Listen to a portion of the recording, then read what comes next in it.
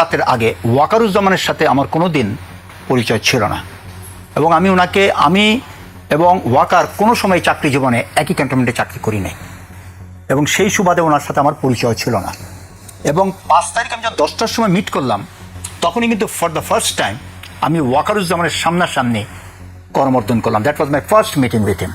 সুতরাং স্বাভাবিকভাবে রাত 12টা 20 যখন আমার এরকম একটা কল পেলাম আমাকে আমার একটু চমক লেগেছে যে উনি আমাকে কেন করলেন এবং আমি এই প্রশ্নটা কিন্তু ওনাকে যখন আমি পরের দিন গেলাম ওয়াই মি আমাকে প্রশ্ন করেছিলাম।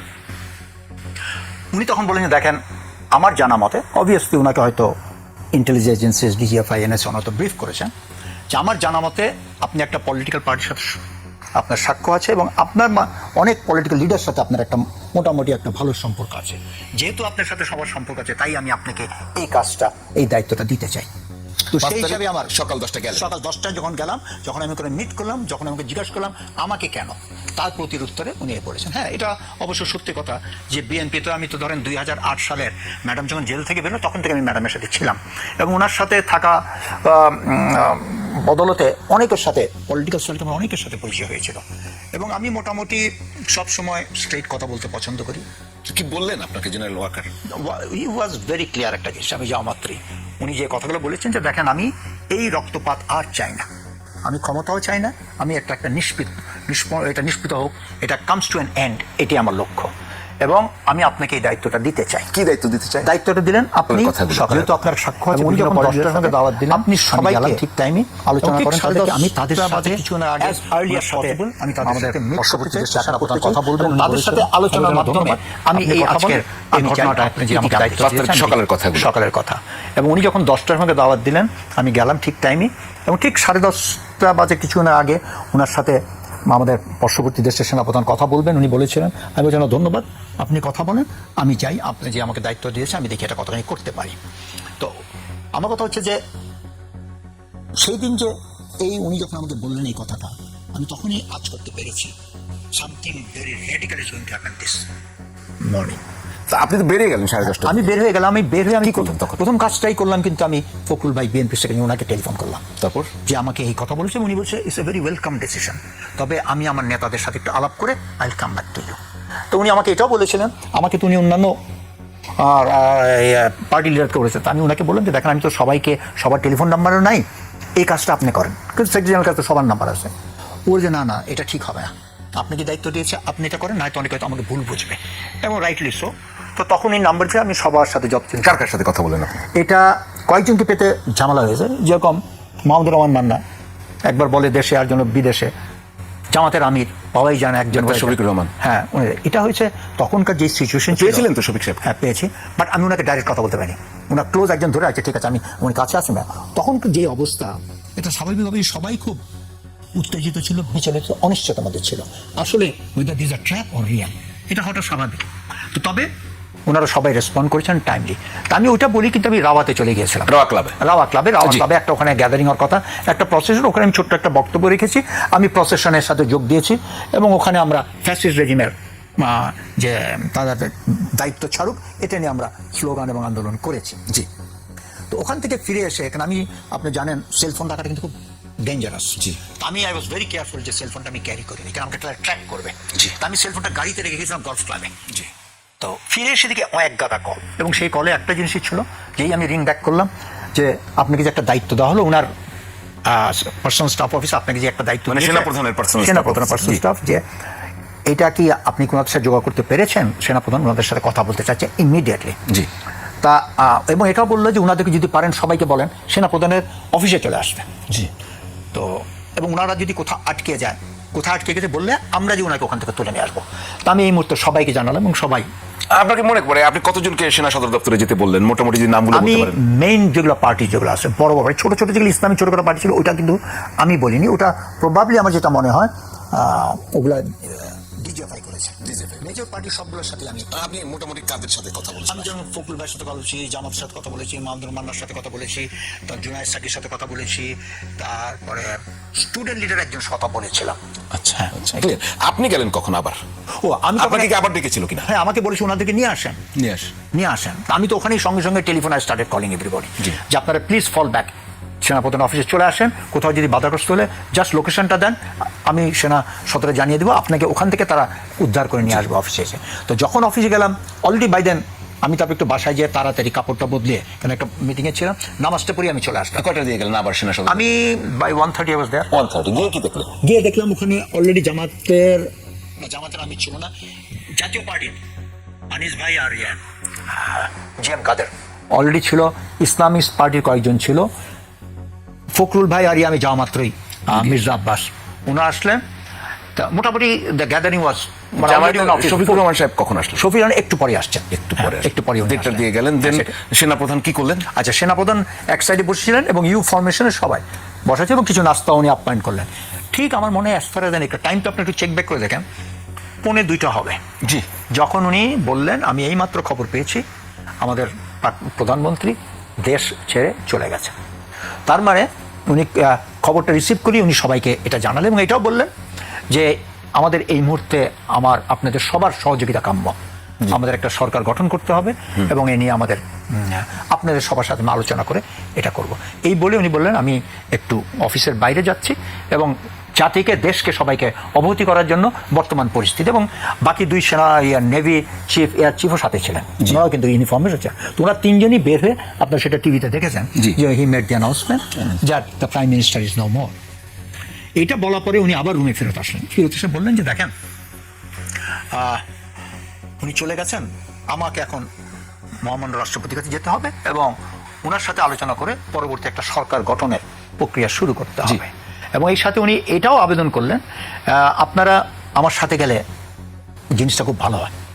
আমি তাহলে আমি ওই পার্টে যাবো, তার আগে আরেকটু যদি আপনি তো পলিটিক্যাল লিডারদের নাম বললেন, এছাড়া নন পলিটিক্যাল কেউ ছিল না? ডক্টর আসিফ নজরুল ছিলেন, উনি তো মোরলেস হি ওয়াজ দেয়ার এবং উনি ওই অফিসে দাঁড়িয়েই একটা আবার কিন্তু স্ট্যাটাস দিলেন, লাইভ স্ট্যাটাস। জি, আমাদের সামনেই স্ট্যাটাস দিয়েছিলেন এই মুহূর্তে আমরা একটা বড় কিছু ঘটতে যাচ্ছে এবং আশা করি কিছুক্ষণের মধ্যে তোমরা সবাই খবর পাবা। আরেকটি বিষয়, কোন স্টুডেন্ট লিডার বা সমন্বয়ক বা যারা আন্দোলন তারা কেউ কি ওই চিফের অফিসে নো স্টুডেন্ট লিডার ওয়াজ দেয়ার। এবং শুধু সেখানে নয়, আমরা যখন বঙ্গভবনে পরে গেলাম, যখন রাষ্ট্রপতির সাথে আমি যখন আলোচনা করছিলাম তখনই কিন্তু কোনো স্টুডেন্ট লিডার ছিল না। শেষের দিকে 2জন স্টুডেন্ট লিডার আসলো যাদেরকে আসিফ নজরুল বলেছে, কারণ আমি যেখানে বসছি আমার পাশে এক সাইডে ছিল মানে চরমনাই, বঙ্গভবনের কথা বলছি, বঙ্গভবনে, তারপর আসিফ নজরুল, তারপর জুনায়েদ, এবং তখনই বললেন যে আমরা স্টুডেন্টদেরকে আসতে বলেছি। তো আমাদের যখন এই মিটিংয়ের শেষ পর্যায়ে আমি তখন ওখানে 2জন স্টুডেন্ট লিডার, একজন বঙ্গভবনে একজন ছেলে একজন একটা মেয়ে। আচ্ছা, কিন্তু সেনা সদরে যখন ছিলেন আপনারা, মির্জা ফখরুল সাহেবকে নাকি জাতির উদ্দেশ্যে তাকেও নাকি কথা বলতে বলেছিলেন সেনাপ্রধান, যে আপনারাও কিছু বলেন, এরকম কিছু? এরকম কিছু বলে নাই। তবে ওই সময় ফখরুল ভাই বলেছিলেন যে আপনি রাষ্ট্রপতিকে যাচ্ছেন, আপনি যান, আমরা অপেক্ষা করি তাহলে কথা। তখন কিন্তু 2জন ব্যক্তি, একজন হচ্ছেন যে আনিস মাহমুদ ভাই জেপি এবং আমি আনিসুল ইসলাম মাহমুদ, উনি আবার ক্যাডেট কলেজে আমার সিনিয়র ছিলেন, এবং আমরা 2জন প্রতিবাদ করার জন্য, যখন সেনাপ্রধান আপনাদের সহযোগিতা চাচ্ছে, আপনাদের সাথে নিয়ে যেতে চাচ্ছে, ইট ইজ বেটার যে আপনি আপনারা সবাই যান।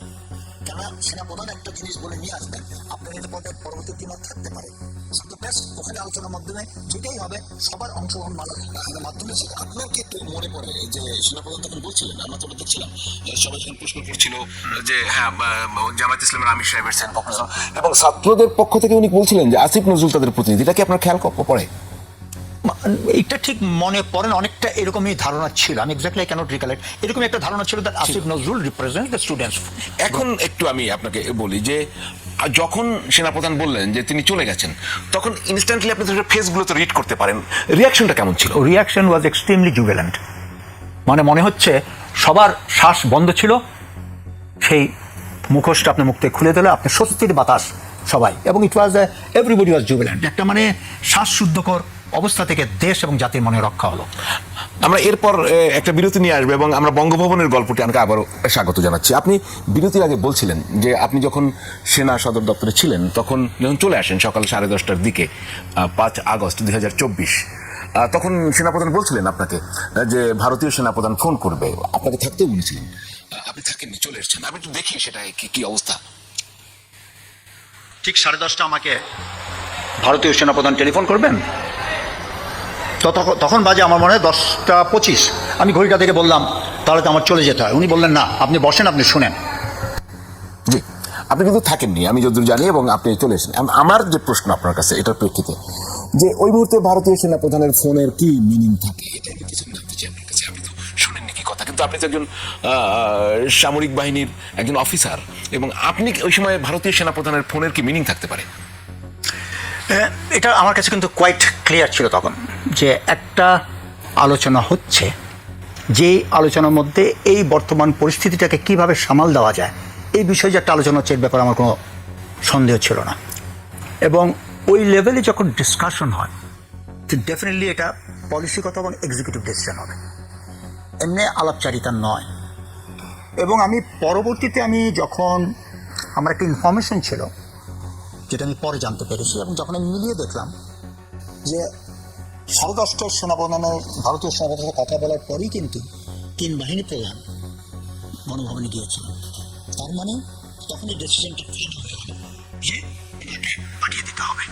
দ্যাট কোঅর্ডিনেশন মনে হয় ওখানে, আমি আন্দাজ করে বলছি, হয়তো আমি ভুল হতে পারে, আমার ধারণা সেখানেই ডিসিশন হয়েছে। এবং তার পরিপ্রেক্ষিতেই কিন্তু আমরা জানি 11:07 3 বাহিনী প্রধান গণভবনে গিয়েছিলাম, আর তখন ওনারাই অনুরোধ করেছিল যে আপনাকে যেতে হবে, you have 40 minutes in hand.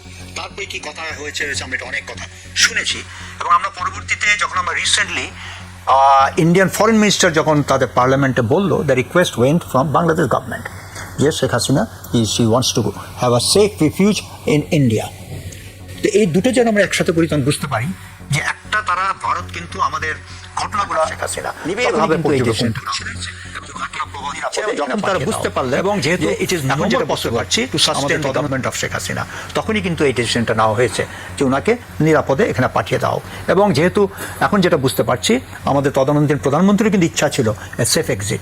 এবং আপনারা যদি আরেকটু খেয়াল করে দেখেন, এই ঘটনার 2-3 দিন আগে আমরা দেখেছি ওনার পরিবার এবং নিকটাত্মীয় সবাই কিন্তু একে একে চলে গেছে। So that was another indication that time was coming to an end.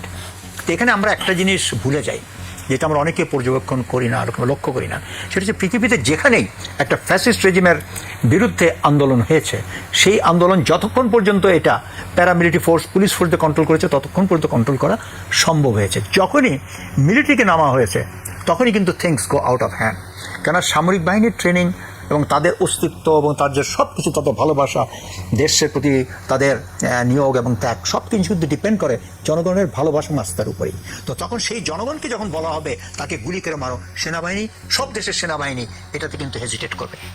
একটা বিষয় আপনার কথা যদি আমি রিড করতে পারি, তাহলে যেটা হচ্ছে যে শেখ হাসিনাকে ভারতে পাঠিয়ে দেওয়া এটা পুরো প্ল্যান্ড জিনিস, মানে এটা হঠাৎ করে কোনো বিষয় না। ডেফিনেটলি নট, কারণ এটা শুধু তো খালি একটা ফ্লাইট, তারপর আপনি দেখেন, চিন্তা করেন, ট্রান্সপন্ডার বন্ধ করে দিয়ে যাওয়া, তারপরে কোথায় নামবে, কোথায় রিসোর্স, সব ঠিকঠাক হয়েছে, এবং পাইলট কারা যাবে, সব কিছু। কিন্তু বাংলাদেশি পাইলটরাই তো গিয়েছে। হ্যাঁ, বাংলাদেশি পাইলটরাই গিয়েছে, কিন্তু এটা তো একজন ইন্টারন্যাশনাল একটা ফ্লাইট, ক্রস বর্ডার, এগুলো তো আপনার ফট করে আপনি প্লেন নিয়ে আপনি গেলে যেতে পারবেন না আপনি, একটা তাও আবার মিলিটারি এয়ারক্রাফট। তো ওখান থেকে ক্লিয়ারেন্স ইজ আ মাস্ট, কোথায় নামবে, কখন ভাবে, কোন রুটে আসবে, এগুলো সব কিন্তু প্ল্যান্ড এবং ক্লিয়ার হওয়া থাকে। তাহলে কি এটা সেফ এক্সিট শেখ হাসিনা? এটা ডেফিনেটলি একটা সেফ এক্সিট। Safe exit. উনি যখন যদি থেকে যেতেন, তাহলে ওনারা যখন 3 বাহিনী প্রধান গেলেন, বলতেন না 40 মিনিট আপনার সময় আছে। সেই 40 মিনিটের ক্যালকুলেশন মোরলেস ওটা ডিপেন্ড করেছে যে জনগণ চারপাশ থেকে কিভাবে গণভবনের দিকে অগ্রসর হচ্ছে। সেনাবাহিনীর এই তাকে সেফ এক্সিটটা দেওয়ার প্রয়োজন কেন পড়লো? আমি বলবো ওই মুহূর্তে রক্তপাত, দেশের একটা রক্তপাত হোক, সেটা কোনো সেনাপ্রধান, কোনো বাহিনী প্রধান কিন্তু চাবে না। যদি সেফ এক্সিট না হতো, আশা করি সবাই অনুধাবন করবেন যে আরও অনেক কিন্তু রক্তপাত হতো। আপনারা যদি খেয়াল করেন, তদানীন্তন এলজিআরডি মন্ত্রী ওবায়দুল কাদের সাহেব বলেছিলেন, যেদিন আওয়ামী লীগের পতন হবে সেদিন লক্ষ লক্ষ লোকের রক্তপাত হবে। সেটা তো হয়নি। এই না হওয়ার কিন্তু আমি মনে করি মূল কারণ যে টাইমলি শেখ হাসিনাকে দেশ থেকে সেফ এক্সিট দেওয়া হয়েছিল। কিন্তু আমরা দেখছি তখন সেনানিবাসে বা ক্যান্টনমেন্টে আরও যে তালিকা প্রকাশ হয়েছে, পরবর্তীতে আরও 626 জনকে আশ্রয় দেওয়া হয়। তাদের ভিতরে রাজনৈতিক নেতা আছে, সরকারি কর্মকর্তা আছে, পুলিশ সদস্য আছে, ইভেন আর্মির লোকজনও আছে। তো এদের সবাইকে তো আমরা পুলিশের হাতে আসতে দেখিনি। তাহলে এখানে কি ব্যবস্থা? এটাও কি এক ধরনের সেই কাস্টোডি বা কোনোভাবে এখানে ম্যানেজমেন্টটা কি মনে হয় আপনার? ওই সিচুয়েশনে যেখানে একটা জনগণের মধ্যে একটা আতঙ্ক ছিল, হয়তো ম্যাসিভ রাগবাদ হবে, সেনা কমান্ডারের কাছে তখন কেউ যদি আশ্রয় চায় এবং সেই আশ্রয় না দিয়ে যদি তাদেরকে জনগণের হাতে তুলে দেওয়া হয়, এটা কিন্তু সেনাবাহিনীর জন্য একটা ভায়োলেশন অফ হিউম্যান রাইটস। শত্রুপক্ষ যখন আমাদের যুদ্ধে আশ্রয় চায় তার নিরাপত্তা দেওয়াটা কিন্তু জেনেভা কনভেনশন অনুযায়ী তাকে দেওয়াটা উচিত। তো সেই পরিপ্রেক্ষিতে তাদেরকে যদি আশ্রয় দিয়ে দেওয়া থাকে তাহলে আমি মনে করি সেটা যুক্তিসঙ্গত এবং ইন্টারন্যাশনাল কনভেনশন অনুযায়ী সেটা যথাযথই করেছে। পরবর্তীতে চলে গেল, কিভাবে চলে গেল, কোথায় গেল, কার মাধ্যমে গেল, কেন তাদেরকে আইন রক্ষাকারী বাহিনীর কাছে তুলে দেওয়া হয়নি, দ্যাটস আ ডিফারেন্ট কোশ্চেন। এবং কি প্রকৃতি হয়েছে এটা কিন্তু আলোচনা করা যেতে পারে, এটা তদন্ত এই প্রশ্নটা তো উঠতেই পারে সাধারণ জনগণ, এবং সেই প্রশ্নটা কিন্তু এখনো জনগণের মনে অনেক আছে। আপনার সাথে সেনাপ্রধানের তো পরবর্তীতে একাধিকবার দেখা হয়েছে, আপনার কি বাড়তি কিছু জানার কখনো আগ্রহ তৈরি হয়েছে বা জিজ্ঞেস করেছিলেন? সেনাপ্রধান ইজ এ সেনাপ্রধান, জি, although he's junior, I have to give him that due regards and respect. এবং আগ বাড়িয়ে জিজ্ঞাসা করা, কথা বলা, যেটা আমি জানি তাকে বিব্রত করবে, জি, তাতে সম্পর্ক উন্নয়ন হয় না, তাহলে হয়তো উনি আমাকে আর পরবর্তীতে আরও অনেক ঘটনা ঘটেছে উনি আমাকে কোনোদিন ডাকতেনই না। তো keep the communication intact, one has to be careful what to ask and not to embarrass him. I followed that principle very rigidly. আমরা বঙ্গভবনে যাব আপনাকে নিয়ে, কিন্তু 5 তারিখ থেকে 8 তারিখ মাঝে একটা 7 তারিখ ছিল, কোনো প্রবলেম আপনি জানেন? জি, তখন একটা কিন্তু একটা শেখ হাসিনার পক্ষে একটা কুট প্ল্যান হয়েছিল। কুট এটা 7 তারিখে, এবং এই কুট প্ল্যানের সাথে তদানীন্তন তখন ছিল লেফটেন্যান্ট জেনারেল মুজিব টিএমজি, এবং সে এর আগে আপনি জানেন ডিজিএসএসএফ ছিল, এবং অবভিয়াসলি তার একটা হাসিনা সরকারের সাথে একটা সাক্ষ্য ছিল, এবং সেই সুবাদে হয়তো ওনারা একটা করতে চেয়েছিলেন। তো ওখানে আমার কিছু সামান্য একটু অবদান আছে। সেই অবদান হচ্ছে যে এরা আমার সব জুনিয়র, অনেক জুনিয়র। এই লেফটেন্যান্ট মুজিব, আমি যখন ডাইরেক্টর মিলিটারি অপারেশন ডিএমও ছিলাম, হি was just a G2 major, আমার আন্ডারে ছিল। আমি এদের সবাইকেই চিনতাম। আমি তখন তাদেরকে, এবং তখন ডিজিএফআই মেজর হালিম, সে আমার সাথে বেশ ঘন ঘন কথা বলেছে। আমি তাদেরকে একটাই কষন করলাম যে দেখো, টু নট ডু দিস, এটা করো না। তোমরা 7ই নভেম্বর দেখো নেই, আমি 7ই নভেম্বর দেখেছি। আমি সেই অভিজ্ঞতা থেকেই তোমাদেরকে বলতে চাই, তোমরা ভুলে যাচ্ছ যে এই সেনাবাহিনী যারা এই ফ্যাসিস্ট রেজিমে থ্রু আউট, তারা কিন্তু তাদেরকে সেকেন্ড রেটেড সোলজার হিসেবে মনে করেছে, কিন্তু দেশে তখন পুলিশই সর্বা, এবং সেনাবাহিনী একটা মনে করে একটা হাত গুটিয়ে একটু সেকেন্ড ক্লাস মানে ফোর্স হিসাবে ছিল। কিন্তু এই আন্দোলনের মাঝে যখন তারা রাস্তায় নামলো, আপনার যদি খেয়াল থাকে মিরপুরে তখন স্লোগান দিয়েছিল, এই সময় দরকার সেনাবাহিনীর সরকার, এবং জনগণ সব সেনাবাহিনীর সদস্যদের সাথে কুশল বিনিময়, হাত মিলানো, এপিসি উপরে লাফ দিয়ে তাদের উঠে তাদের আলিঙ্গন করা, এগুলো বাইদেন কিন্তু ঘটে গেছে। তো তখন সেনাবাহিনীর সদস্যরা বুঝতে হবে, তারা কিন্তু মনে করলো তারা তাদের প্রাণ ফিরে পেয়েছে, তাদের সেই মানে লস্ট ইমেজ এবং মর্যাদা আবার ফিরে পেয়েছে, জনগণ তাদের সাথে। তো এইরকম একটা পরিস্থিতিতে যখন একটা সরকার বিদায় নিয়েছে, এবং এই ফ্যাসিস্ট সরকারের পতনের পর আমরা দেখেছি সব মূর্তিগুলো ভাঙা হয়েছে, বিভিন্ন জায়গায় যেখানে ফটো টাঙানো হয়েছিল সেই ফটোগুলো টেনে হিসেবে নামানো হয়েছে, সৈনিকরা যার যার ইউনিটে প্রীতি হয়েছে।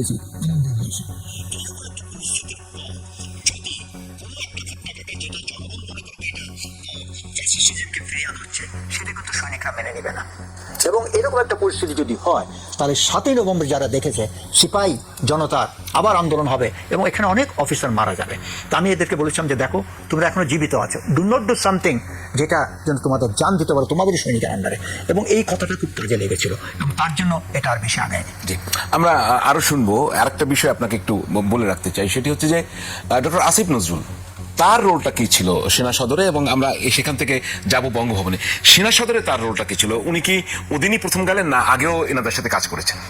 আমি যতটা জানি ওনার কিন্তু বেশ কয়েকদিন ডিজিএফআই আনাগোনা ছিল, এবং উনি ডিজিএফআইতে উনি ক্যান্টনমেন্টে ঢুকে একটা জায়গায় গাড়ি রেখে তারপর ওনাকে ওখান থেকে ডিজিএফআই হিট করে দেয়। তখনকার ডিজি চলেছে, তার সাথে অনেক মিটিং হয়েছে, এবং স্টুডেন্টদেরকে বোঝানো, স্টুডেন্টদের কী করা, এটা মানে ফ্রম দ্য ডিজিএফআই সাইড ওনার একটা ভালো কোঅর্ডিনেশন ছিল। এবং 5 তারিখের আগে, 5 তারিখ আগে থেকে, এটা বলতে পারেন মানে বেশ কয়েকদিন হয়েছে, এই ঘটনার 4-5 দিন আগে থেকে এসে ওখানে কিন্তু উনি একটা লাইভ পোস্ট করেছিলেন, এবং যে লাইভ পোস্টে উনি ছাত্রদেরকে আশ্বস্ত করেছেন আমরা একটা সুখবর শুনতে যাচ্ছি, হয়তো বা হাসিনা পতন হচ্ছে, এরকম একটা লাইভ পোস্ট। এটা কি উনি নিজে থেকেই করছিলেন, না সেনাপ্রধান ওনাকে করার অনুরোধ করেন? উনি নিজেই করেছেন, নিজেই ওনার সেলফোন থেকে ওখানে অফিসে দাঁড়িয়ে করেছিলেন উনি। আচ্ছা, ভবনে নেতারাও গেলেন, একজনকে বোধহয় হেফাজতের ফয়জুল্লাহকে বোধহয় নেওয়া হয়নি, ফয়জুল্লাহ সাহেবকে। আপনারা বঙ্গভবনে কটায় গিয়ে পৌঁছলেন? আমরা সেনা সদর থেকে মানে এক্স্যাক্টলি চিফের অফিসের সামনেই দুটো কোস্টার লাগানো হলো। আমরা যত পলিটিশিয়ান ছিল আপনাদের সবাই যার যার গাড়ি না নিয়ে আমরা একসাথে যাই, তাহলে রাস্তায় যেহেতু অনেক ভিড় তাহলে তাড়াতাড়ি পৌঁছানো। 2টা কোস্ট লাগানো এবং আমরা সেই 2টা কোস্টারে আমরা ভাগাভাগি করে উঠলাম। আমি প্রথমটাতে আমি ছিলাম, আমার সাথে মির্জা আব্বাস আমার ডানে ছিল, বা আমাদের মির্জা ফখরুল ইসলাম আলমগীর ছিলেন, তারপরে জামাতে আমির, তা আরও অনেকেই ছিলেন। যাই হোক, তো আমরা ঠিক 3টার সময় রওনা দিলাম এবং যখন জাহাঙ্গীর গেট আসলাম এবং আমাদের সাথে 3 বাহিনী প্রধান আমাদের সামনে গাড়িতে ছিলেন, এপিসি যে হলো আর্মার পার্সোনাল ক্যারিয়ার সৈনিক সহ প্রোটেকশন দিয়েছে।